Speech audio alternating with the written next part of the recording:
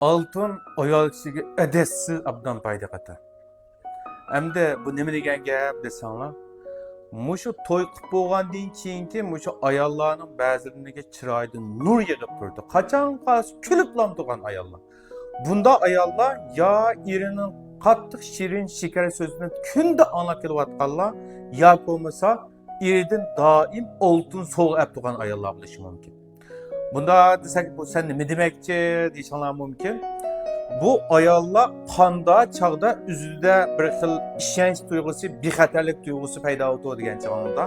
Birinchisi, yo'ldoshininki mushu ayolga bergan mehr muhabbati.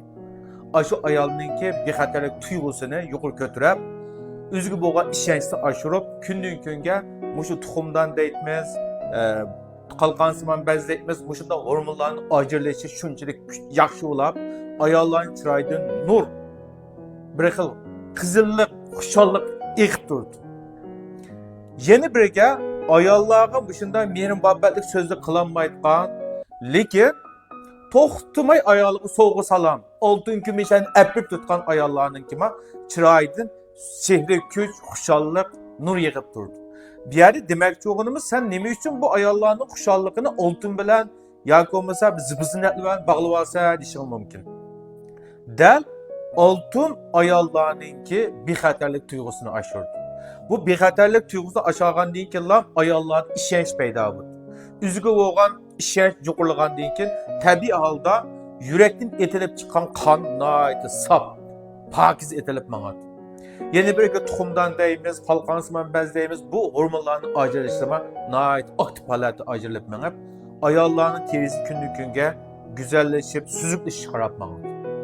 Hamda yo eriniki mehr muhabbatiga erishamagan, shirin gap so'ziga erishamagan, yoki bo'lmasa bu sovuq salomlar bo'lsa-ma, gap qilinmasa-ma, bir ancha-muncha sovuq salomlarga erishamagan ayollar, nihoyat o'zi chiroyli, go'zal bo'lsa-ma, kundan kunga chiroyini xunuklish qarab manganligini, chiroyiga dog' tushganligini bilib oladi. Buningdan nima desak, ayolingizga siz ishonch tuyg'usi berdingizmi?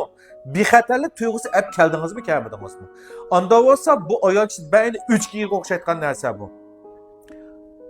Oltin appagidek bizde qurbimiz olmagan bo'lsa, shirin gap so'zlarning oilani uzildimaydi. Muhabbatlik so'zlarimizda ayolimizdan aymayli. Agar onda gap qila oladigan, men onda maddo emas, men onda ayol kishiga voy ko'ydim pishdim degan gapni qilmayman deyotgan er kishi bo'lsanglar, so'g'i salomlarni aymasanglar degan umidda. Mushundalar bo'lsa, ayollarning chiroyidan kulka, xushallik jilvinib tursa, inoq bo'lgan, baxtli bo'lgan bir oilani her zaman her vaqt uchratib tura olamiz.